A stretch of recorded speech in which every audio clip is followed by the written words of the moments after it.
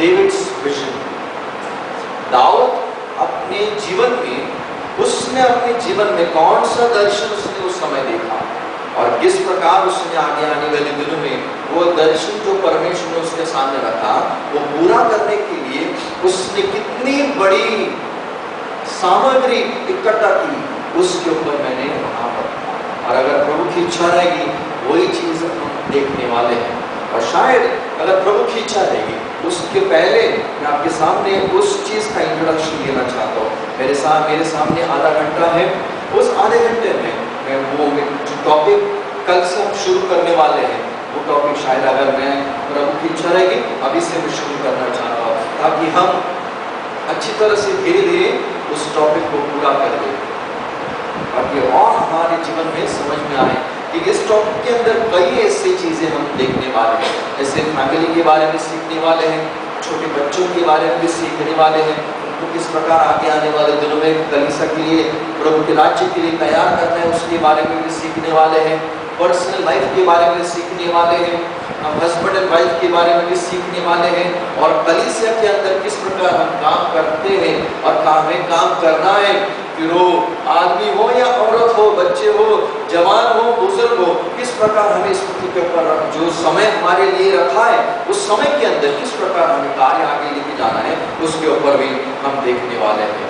और जरूर मेरी एक ही इच्छा है, जो हम वचन सुनेंगे वो दिल से और मन से सीखेंगे।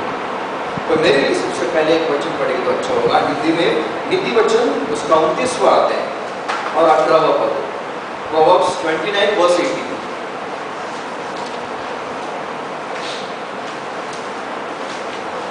ईश्वरीय प्रकाशन के अभाव में लोग अराजक हो जाते हैं, पर धन्य है वह जो व्यवस्था का पालन करता है। बस मैं इंग्लिश में पढ़ना चाहता हूँ।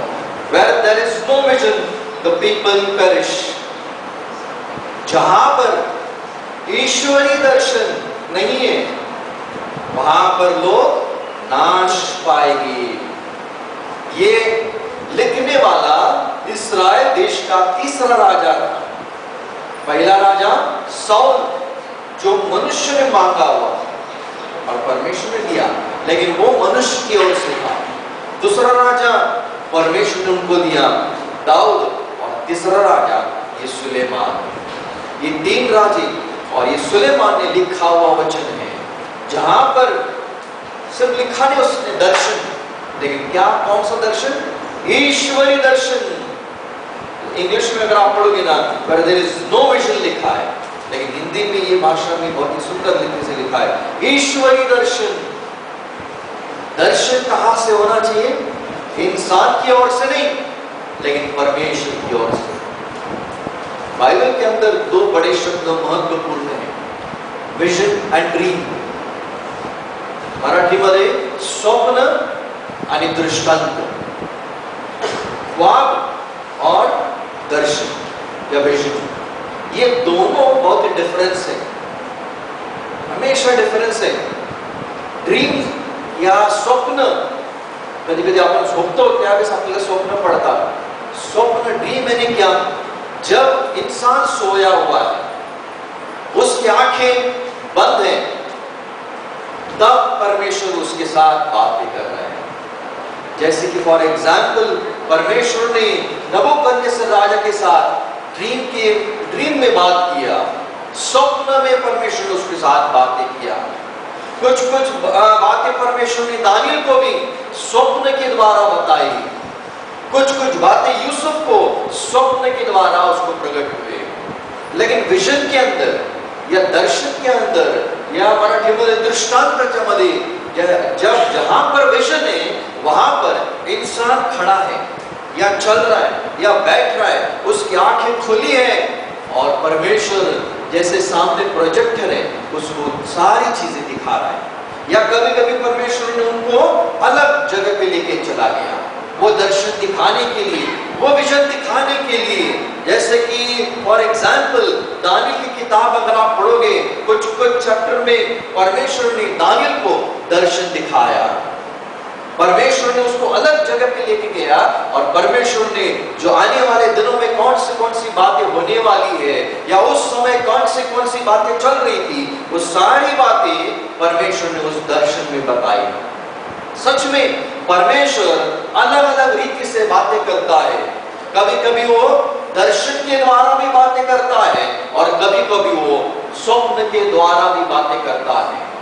परमेश्वर अलग अलग रीति से बातें करता है, लेकिन जब भी स्वप्न आता है या जब भी दर्शन आता है, वो दर्शन कहां से होना चाहिए? ऊपर से, परमेश्वर की ओर से, परमेश्वर के वचन के आधारित होना बहुत जरूरी है। क्योंकि जहां पर दर्शन, जहां पर दर्शन है, वहां पर हमेशा आपको दिशा मिलेगी। जहां पर दिशा मिलेगी, आपको वहां पर हमेशा प्रेरणा मिलेगी वो कार्य करने के लिए। और जहां पर प्रेरणा आपको मिलेगी, वहां पर हमारे सामने एक उद्देश्य भी रहेगा। मुझे मालूम है, मुझे ये परमेश्वर ने मुझे दिया है और वो मुझे पूरा करना है। मेरे सामने एक उद्देश्य है। इंसान आज ऐसे जी रहा है जैसे चाहिए वैसे, उसके सामने कुछ उद्देश्य भी नहीं है, उसके सामने कुछ प्रेरणा भी नहीं है, ना ही उसके सामने कुछ दिशा है। क्यों मालूम है? क्योंकि उसके सामने दर्शन ही नहीं है। जहां पर दर्शन, वहां पर हमेशा दिशा मिलेगी, वहां पर हमेशा प्रेरणा मिलेगी और वहां पर हमेशा उद्देश्य मिलेगा। और यही पूरे बाइबल में आपको मिलेगा। लेकिन वहां पर लिखा है, जहां पर दैवी दर्शन नहीं है, वहां पर लोग नाश पाएंगे। और सच में वही चीज जो कई साल के पहले सुलेमान ने लिखी थी, उसके पहले हमें दिखाई देता है कई साल के पहले एली के टाइम पे हुआ। पहला शमूएल उसका 3 अध्याय और पहला वचन क्या है? पहला शमूएल 3:1।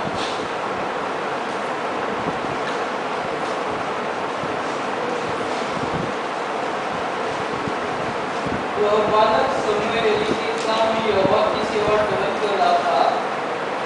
उन दिनों में यहोवा का वचन दुर्लभ था और दर्शन कम मिला था। वहां पर लिखा है there was no open vision। एक ऐसा समय था वहां पर दर्शन नहीं था, बहुत ही कम था। और इसके लिए उस समय की जो अगर आप परिस्थिति देखोगे ना, उस समय की जो परिस्थिति बहुत ही निराशाजनक थी, बहुत ही निराशाजनक थी। क्या हुआ था? परमेश्वर का जो संदूक था वो लेके चले गए। कितने दुख की बात है। इतना ही नहीं है, वहां पर हफ्नी और फिनास, उनका जीवन देखो, जैसे चाहिए वैसे जी रहे थे, जो उनके मन में करना है वो कर रहे थे। इतना ही नहीं है, एली का जीवन देखो, उसकी लाइफस्टाइल देखो, वो सिर्फ सो रहा है, बैठ रहा है, सो रहा है, बैठ रहा है, उतना ही उसका काम है। और आखिर में एली मर गया। कितनी दुर्दशा उस समय दिखाई देती है। क्यों? क्योंकि वहां पर दर्शन नहीं था, वहां पर दिशा नहीं थी, वहां पर प्रेरणा नहीं थी, वहां पर किसी प्रकार का उद्देश्य भी नहीं था। विश्वासियों, जहां पर हमेशा दर्शन रहेगा, वहां पर हमेशा उद्देश्य रहेगा। पुराने नियम में अगर आप देखोगे, हमेशा परमेश्वर का वचन वही कहता है। योएल उसका 2 अध्याय 28 और 29 में क्या कह रहा है? Joel chapter 2 verse 28 and verse 29।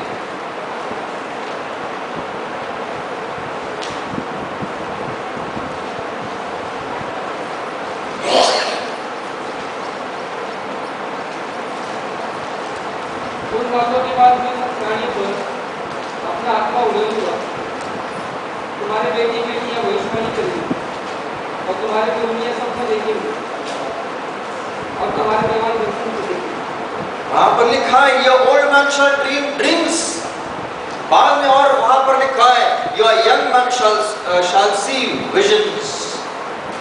परमेश्वर का वचन कह रहा है, परमेश्वर का वचन स्वप्न और दर्शन दोनों वहां पर कंबाइन किए।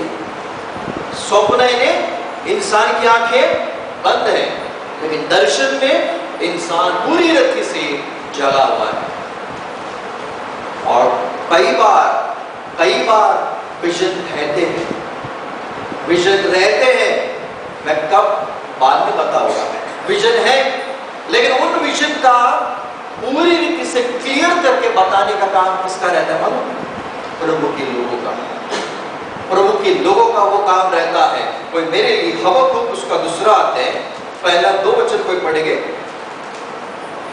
मैं अपने पहरे पर खड़ा रहूंगा और गुम्बद पर चढ़कर ठहरा रहूंगा और ताकता रहूंगा कि मुझसे वो क्या कहे, और मैं अपने दिए हुए उड़ाने के विषय में स्थिर हूँ।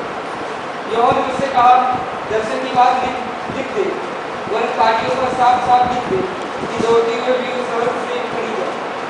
तो लिख दे, जो भी विजन्स है, जो भी दर्शन है, वो लिख दे। और वो भी कैसे लिख? क्लियरली लिख, ताकि लोग समझ में आए। और सच में यूसुफ का उस समय वही काम था, ड्रीम्स एंड विजन को इंटरप्रेट करना, क्लियरली लिखना, क्लियरली लोगों को बताना। दानियल का वही काम था, एजकेल का वही काम था, और प्रभु के लोगों का उस समय पुराने नियम का लोगों का वही काम था।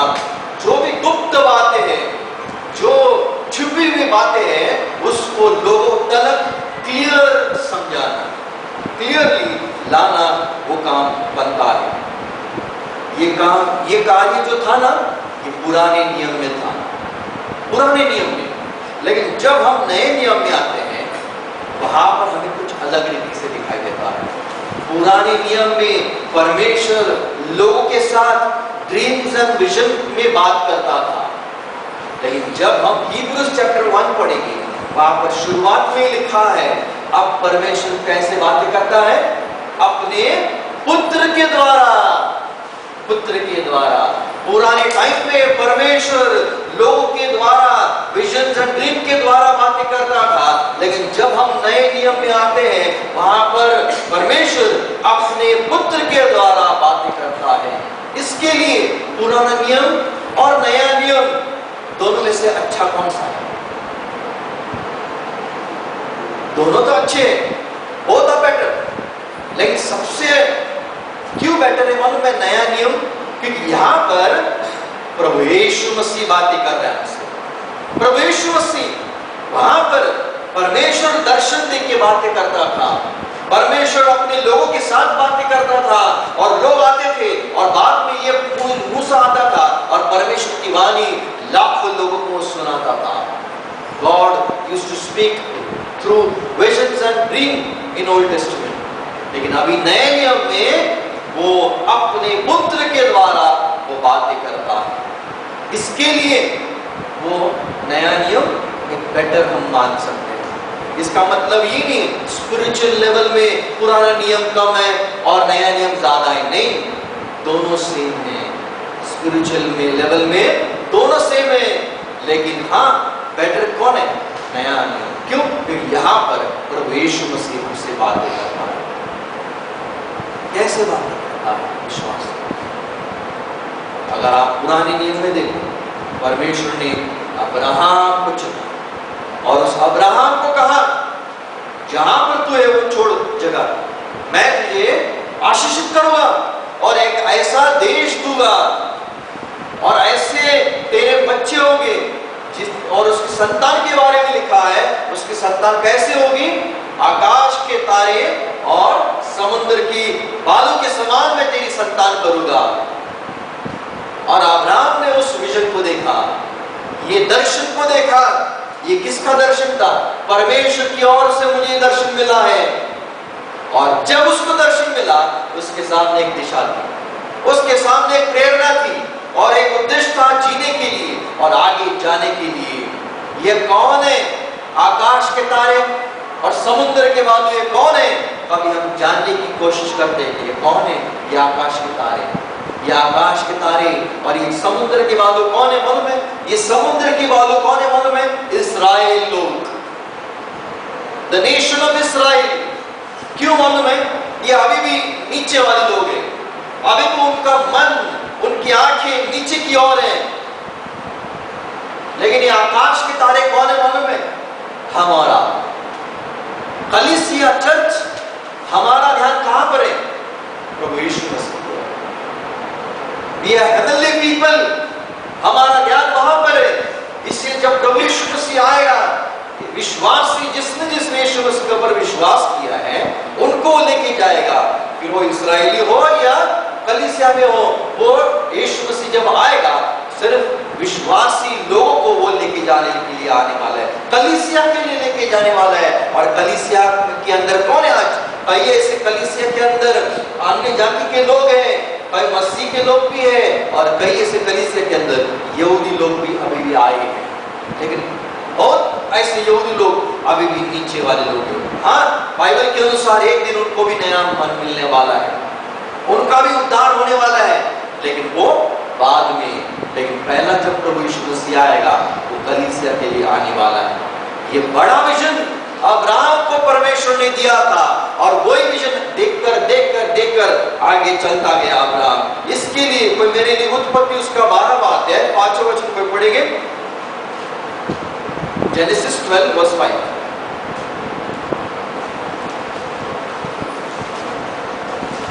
तो अब्राहम अपनी पत्नी सारा और अपने भतीजे लूत को और जो धन उन्होंने इकट्ठा किया था और जो प्राणी उन्होंने हारान में प्राप्त किए सबको लेकर कनान देश में जाने को निकल चला। हाँ, निकल चला। इंग्लिश में अगर आप पढ़ोगे ना, वहां पर सुंदर रीति से लिखा है went forth. Abraham went forth, 5वें वचन में वेंट फोर्थ। बाद में 10वें वचन में क्या लिखा है? तो देश में आकार पड़ा और अब्राहम मिस्र देश को चला गया। मिस्र देश को चला गया। इंग्लिश बाइबल अगर आप पढ़ोगे ना, वहां पर लिखा है वेंट डाउन। पहला 5वें वचन में अब्राहम वेंट फोर्थ, बाद में 10वें वचन में अब्राहम वेंट डाउन। 13:1 में क्या लिखा है? तब अब्राहम अपनी पत्नी और सारे धन संपत्ति लेकर मिस्र से निकलकर नेगेव को गया। और वहां पर लिखा है एंड अब्राहम वेंट अप। पहला अब्राहम वेंट फोर्थ, बाद में अब्राहम वेंट डाउन, बाद में अब्राहम वेंट अप। लेकिन 13:3 में क्या लिखा है?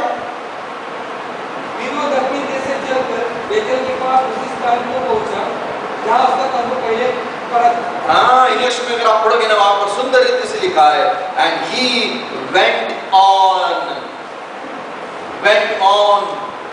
परमेश्वर ने अब्राहम को दर्शन दिया था, मैं तेरी संतान आकाश के तारों के समान और समुद्र के वालों के समान मैं करूंगा। ये दर्शन था परमेश्वर का उसके सामने, वो क्लियर था, उसको मालूम था।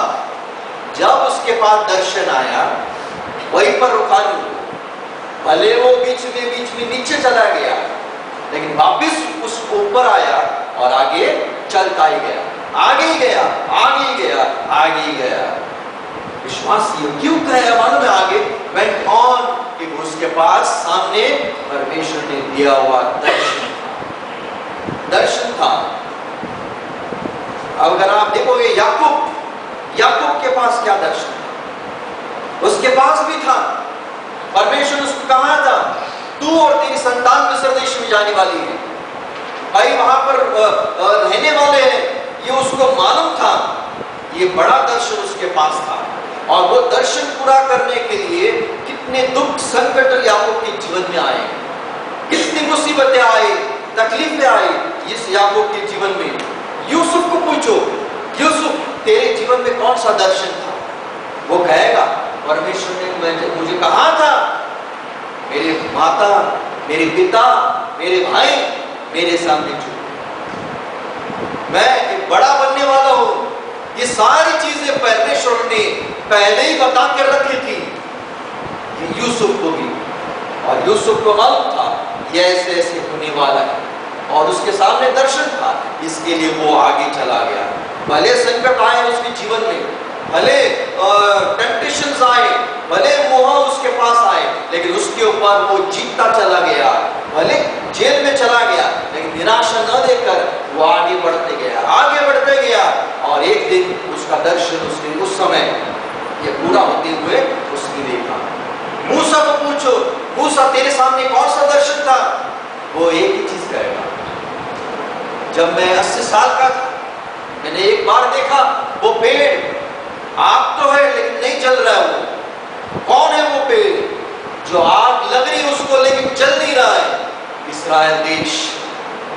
इस्राएल देश आग है, लेकिन जल ही नहीं रहा है। पिछले उस 400 साल इस्राएल लोग उस मिस्र के गुलाम में थे, जल रहे थे, लेकिन भस्म नहीं हो रहे थे। ये मूसा देख रहा था अपनी आंखों से, और आज भी वही परिस्थिति है। इस्राएल देश आज भी जल रहा है, लेकिन भस्म नहीं हो रहा है। सदोम और गमोरा भस्म हुआ है, वहां डेड सी के अंदर चला गया है।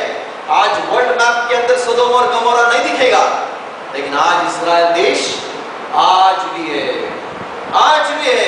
हम उसके बारे में बात में देखने वाले हैं सेक्शन में, कैसे किस प्रकार का ये देश है और कैसा परमेश्वर के लिए कितना बड़ा और प्रिय ये देश है। इसके लिए विश्वासी हो मूसा के सामने उसको छुड़ाना, ये उसका दर्शन था, और परमेश्वर ने उसको लेके गया और छुड़ाया। योशुआ के पास क्या दर्शन था? जो काम मूसा ने छोड़ा है वो काम अभी मुझे पूरा करना है। मूसा 40 साल काम किया, लेकिन 10 साल अभी मुझे काम करना है। मूसा ने बाउंड्री तो लगा के रखा इस्राएल लोगों को, लेकिन अभी मुझे उस कनान देश के अंदर लेके जाना है, और 10 साल के अंदर इन इस्राएल लोगों को एक एक देश, एक एक ये राज्य देना है उनको। और उसने उस समय ये काम पूरा किया। दाऊद को पूछो तेरा दर्शन क्या? इसके बारे में हम देखने वाले और सीखने वाले, अगर प्रभु की इच्छा रहेगी कल से वो एक ही बताएगा। मेरे सामने एक ही दर्शन था, परमेश्वर का घमंड बांधना, और अगर प्रभु की इच्छा रहेगी तो उसके बारे में हम देखेंगे किस प्रकार उसने उस समय कोशिश की, कितनी मुसीबतें और तकलीफों से उसने तैयारी की घमंड बांधने की, और किस प्रकार आज हम इस के ऊपर तैयारी कर रहे हैं। तुम आइज़ैक को पूछो, तुम सुलेमान को पूछो, तुम एजरा को पूछो, नेहेमिया को पूछो, एजकेल को पूछो, उन सब के पास कुछ न कुछ दर्शन था, हर एक व्यक्ति के पास। और वो दर्शन उनको प्रेरणा दे रही थी, दर्शन उनको दिशा दे रही थी, और उसी दर्शन को सामने रखकर लोग आगे चलते गए। आज हमारे सामने कौन सा दर्शन है? कौन सा दर्शन मेरे सामने है? विश्वासी हो, पुराने नियम में अगर आप देखोगे ना, हर एक दर्शन, वो जो दर्शन था ना, वो दर्शन परमेश्वर जब जब लोगों को देता था, वो पार्ट बाय पार्ट देता था, टुकड़ों में देता था परमेश्वर। कभी परमेश्वर ने पूरी रीति से किसी को दर्शन नहीं दिया। वो जो भी दिया वो टुकड़ों में दिया, हिस्सों में दिया। कुछ उसमें से पूरे हुए हैं, और कुछ बातें आगे आने वाले दिनों में जरूर पूरे होने वाले हैं इस पृथ्वी के ऊपर। लेकिन विश्वासियों, कभी ना भूलना, जब हम नए नियम में आते हैं, प्रभु यीशु मसीह ने एक बार कहा, इन टुकड़ों को इकट्ठा करो। शायद हम कह सकते हैं जो पुराने नियम में जो विजन थे ना, they were in fragments। और प्रभु यीशु मसीह ने क्या कहा? इन टुकड़ों को इकट्ठा करो। और इकट्ठा करने के बाद में कितनी टोकरियां बच गई? 12 टोकरियां बच गई। एक बार 7 टोकरियां बच गई। विश्वासियों, उस समय 12 बज गए, उस समय 7 बज गए, लेकिन जितने सारे विजन्स मूसा के हो, दाऊद के हो, सुलेमान के हो, अब्राहम के हो, ये अलग अलग विजन थे, ये टुकड़ों में थे। प्रभु यीशु मसीह ने क्या कहा? इनको इकट्ठा करो।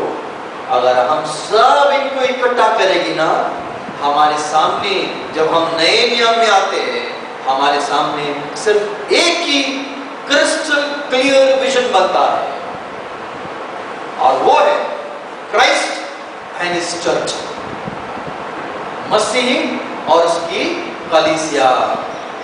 यही हमारे सामने विजन है, यही विजन है। और इसके लिए जैसे हमने पिछले पढ़ा था, पर मेरे लिए हबक्कुक उसका 2 अध्याय पहले 3 वचन कोई पढ़ेगा तो अच्छा होगा। हबक्कुक इसका दूसरा अध्याय पहले 3 वचन। मैं अपने पैरों पर खड़ा रहूंगा और घूमर पर चढ़कर ठहरा रहूंगा और ताकता रहूंगा कि मुझसे वो क्या कहेगा और मैं अपने दिए हुए तुम्हारे लिए विषय में उत्तर दूं। यहोवा ने मुझसे कहा, दर्शन की बातें लिख दे। दर्शन की बातें लिख दे। पूरा बाद में वरन पाटियों पर साफ साफ लिख दे कि दौड़ते हुए भी वो सहज से पड़ी जाए। हाँ, साफ साफ लिख दे। क्या लिखना है वो आगे लिखा है, और कौन सी बातें हैं। क्योंकि दर्शन की बात नियम समय से पूरी होने वाली है और इसके पूरे होने का समय वेग से आता है। इसमें धोखा न होगा, चाहे इसमें विलंब भी हो तो भी उसकी बात धोखे रहना है, क्योंकि वो निश्चित पूरी होगी। और बस इसमें लिखा है, इसमें हिंदी में, लेकिन अगर आप इंग्लिश बाइबल में पढ़ोगे ना, वहां पर लिखा है but at the and it shall speak, but at the and it shall speak. Hindi में क्या लिखा है?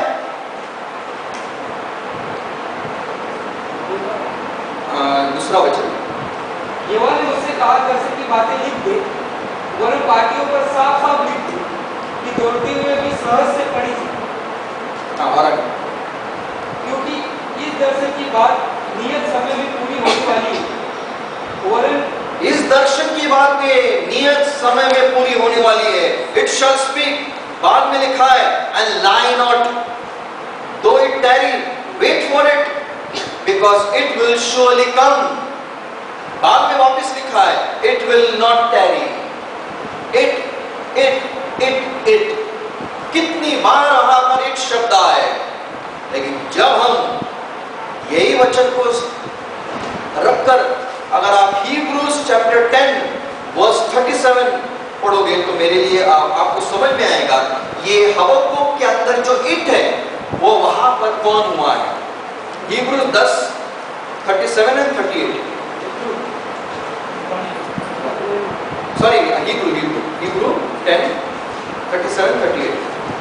क्योंकि अब बहुत ही थोड़ा समय रह गया है, जबकि आने वाला आएगा और देर न करेगा, और मेरा धर्मी जन विश्वास से जीवित रहेगा, और यदि वह पीछे हट जाए तो मेरा मन उसमें प्रसन्न होगा। हाँ, वहां पर अगर आप हबक्कुक में हमने पढ़ा इट, लेकिन हिब्रू में ही लिखा है। मैं इंग्लिश में पढ़ता हूं, for yet a little while and he shall come will do. वो आएगा। पुराने नियम में किसके बारे में लिखा था? वो आने वाला है। लेकिन जब हम नए नियम में आते हैं वहां पर हमें क्या दिखाई देता है? वो आया। इट बिकम्स ही, और ही कौन है? प्रभु यीशु मसीह। और इसीलिए हबक्कुक में हमने पढ़ा, वहां पर लिखा है, but at the end he shall speak and lie not. वो बोलेगा, वो कहेगा, वो बातें करेगा, लेकिन झूठ नहीं बोलेगा। कौन है वो?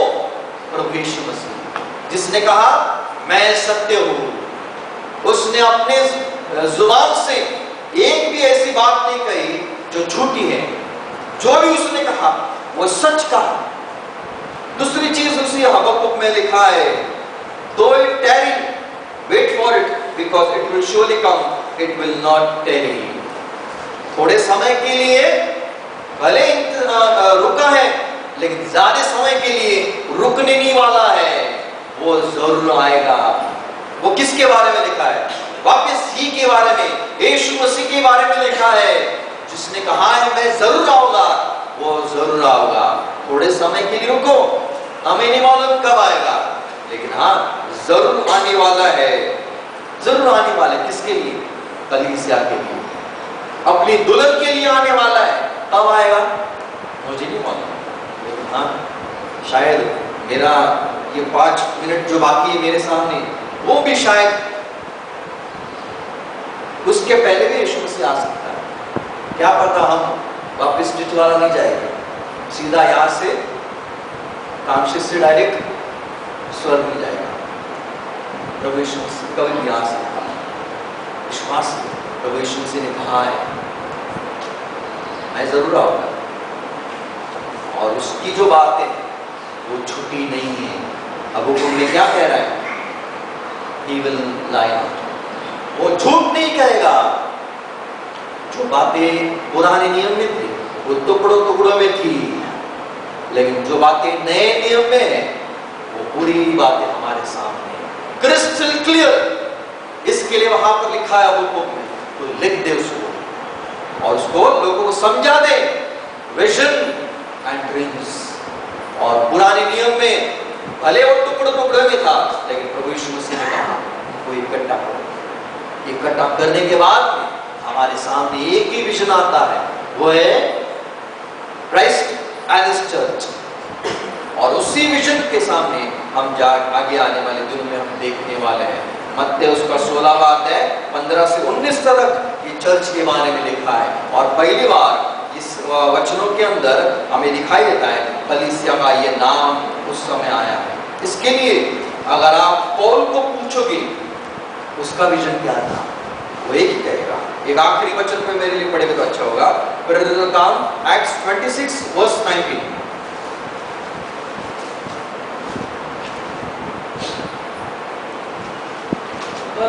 हे राजा अग्रिप्पा, मैंने उस स्वर्गीय दर्शन की बात न टाली। मैंने उस स्वर्गीय दर्शन की बात न टाली। हाँ, विश्वास। पौल के सामने कौन सा दर्शन था मालूम है? स्वर्गीय दर्शन था, किसी व्यक्ति का दर्शन नहीं। इसके लिए सुलेमान कह रहा है कौन सा दर्शन? दैवी प्रकाश। हिंदी में क्या ये बाइबल में अच्छी बहुत सुंदर रीति से लिखा है, हेवन विजन, दर्शन। लेकिन कौन सा दर्शन? परमेश्वर की ओर से स्वर्गीय दर्शन। और पौल वही दर्शन के पीछे था। उसको मालूम था परमेश्वर ने मुझे चुना है, प्रभु यीशु मसीह के द्वारा मुझे चुना है, और जो प्रभु ने मेरे कंधों के ऊपर जो बोझ रखा है और बोझ मुझे पूरा कर रहा है। और जो मेरे सामने जो विजन है वो स्वर्गीय है। और उस स्वर्गीय विजन के लिए मैं कभी डिसओबीडिएंट कभी नहीं होगा। मैं I will always be obedient to that heavenly vision. ये पौल को मानना था, विश्वास लो। इसके लिए वही विजन कई साल के पहले दाऊद के सामने था। दाऊद एक बार विजन उसने देखा। क्या विजन है? अगर प्रभु की इच्छा रहेगी हम सुबह या जब सेक्शन रहेगा उस वहां पर देखेंगे किस प्रकार का विजन दाऊद के सामने आया। और उसने उस विजन पूरा करने के लिए उस समय कितने कष्ट दुख उस समय उठाया। और हमारे बारे में सोचेंगे, मैं आज इस पृथ्वी के ऊपर रहने के लिए मैं क्या कर रहा हूँ, प्रभु के लिए क्या कर रहा हूँ। कलीसिया में संडे टू संडे आना बहुत ही आसान बात है, मीटिंग में आना बहुत ही आसान बात है, लेकिन मंडे टू सैटरडे हम प्रभु के लिए क्या कर रहे हैं? क्या कर रहे हैं? क्या मेरे सामने कोई दर्शन है? अगर दर्शन नहीं है तब जहां पर चाहिए वैसे घूम रहे फिर रहे। जहां पर दर्शन नहीं है वहां पर नाश होगा, नाश होगा। इसके लिए 2000 साल पहले जो मागी लोग आए थे उनके सामने एक ही विजन था, जो छोटा बालक है वहां पर जाना, वहां पर जाना। भले कष्ट आए दुख आए लेकिन आखिर में पहुंचे। उसको मिलने के बाद में और मेरे लिए मत्ती उसका दूसरा आता है और 12वां पद पे पढ़ेंगे तो अच्छा होगा। Matthew chapter 2 verse 12। और शत्रु ने चुनौती पाकर की हेरोदेस के पास क्यों न जाना, वह दूसरे मार्ग से होकर अपने देश को चले। आने के टाइम पे एक मार्ग से आए, लेकिन जाने के टाइम पे कौन से मार्ग से गए? दूसरे मार्ग से। टिटवाला से आप आने के लिए वो मार्ग था। अगर प्रभु की इच्छा रहेगी तो आप लोग जाने वाले हो कौन से मार्ग से? वही मार्ग से जाएगी। लेकिन हाँ, यहां से यानी ये सेक्शंस होने के बाद में, मीटिंग होने के बाद में, एक दो दिन 3 दिन होने के बाद में जो प्रभु का मानना हमारे सामने आएगा, हमारे जीवन में आएगा, उसके बाद में हमें कैसे जाना है? दूसरे मार्ग से। दूसरे मार्ग, एक दूसरा मार्ग हमारे सामने, उसी मार्ग से जाओ। नया मार्ग प्रभु देना चाहता है। वो नया मार्ग मैं नहीं दूंगा, उसका वचन देगा और प्रभु उपदेश देगा और वही हमें बताएगा हमें क्या करना। मार्गी लोग आने के टाइम पे यीशु को मिलने के बाद में उनका मार्ग ही बदला। सच में जो व्यक्ति यीशु मसीह के ऊपर विश्वास करता है, यीशु मसीह के पास सच्चे मन से आता है, वो जाने के टाइम अलग नया बन के जाएगा, उसका मार्ग ही बदलेगा। सच में यीशु मसीह का जीवन एक बदल देने वाला जीवन है। शाऊल का पौल प्रभु यीशु मसीह बना सकता है, एक सिनर का सेंट भी बना सकता है, अब्राहम का अब्राहम भी कर सकता है परमेश्वर, उस साराई का सारा भी कर सकता है, उस साइमन का पीटर भी कर सकता है। हमें विश्वास हो, परमेश्वर ने नाम नहीं बदला, नाम इंपॉर्टेंट नहीं है, लेकिन हमारा जीवन, हमारा हृदय बदलना बहुत जरूरी है। इसके लिए मेरी वही प्रार्थना है और हमारी वही प्रार्थना है और वही इच्छा है, जैसे हम आए वैसे वापस हम न जाए, एक नया जीवन, एक नया भविष्य बन के यीशु मसीह को उद्धार करता करके स्वीकार करके यहाँ से वापस अपने अपने घर में जाए, ताकि एक नया व्यक्ति लोगों के सामने वो दिखे। और प्रभु करे इन वचनों को अपने आशीर्वाद